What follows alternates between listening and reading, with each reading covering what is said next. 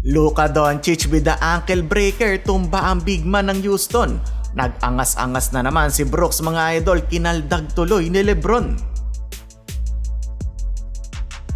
Los Angeles Lakers versus Houston Rockets. Kahit pang 4th spot sa West ang Lakers ay naghahabol pa din sila ng panalo sa kanilang natitirang games this season mga idol, dahil sobrang dikit ng West baka mapunta pa sila ng Deora sa play-in tournament.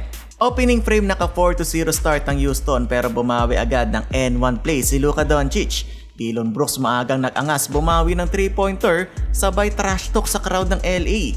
LeBron James na ilista ang kanyang first bucket in the game sa pang-6 na minuto ng first quarter at nasundan agad ng 3-pointer ni Dorian Finney-Smith, lamang ang Lakers 10-9. Naka 9 ora ng Lake Show Lebron with the block sa kanyang help defense na tinapos naman ng floater ni Luka sa fast break.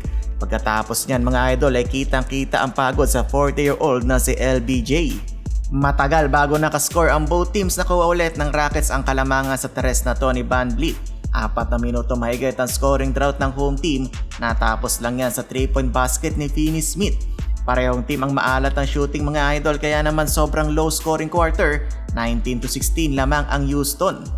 Second quarter, pinamalas na ng Houston ang kanilang firepower pero ayaw patalo ni King James. Pumakita ba naman ng one-legged 3-pointer ginawang batang depensa ni Fred VanVleet.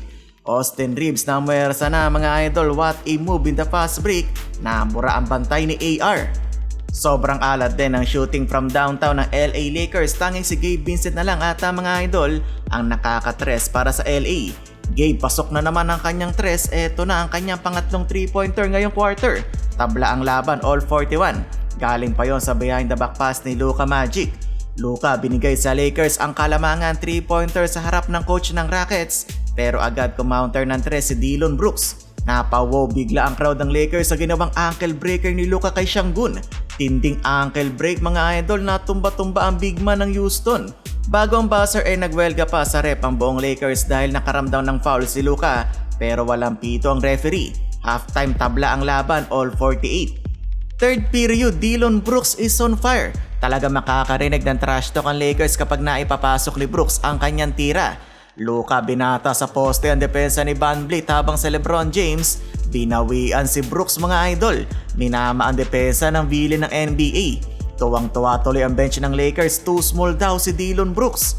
Dahil dikit pa din ang laban, nagkakainitan na ang both teams. X-factor naman ngayon ng Lakers si Finney-Smith, 3 tres na ang kanya nako-convert. Nailista ng LA ang kanilang biggest lead ngayong game sa corner triple na to ni Vincent. Fourth quarter, what a move by Tari Eason, double crossover na tinapos ng two-handed flush, 13 points na off the bench.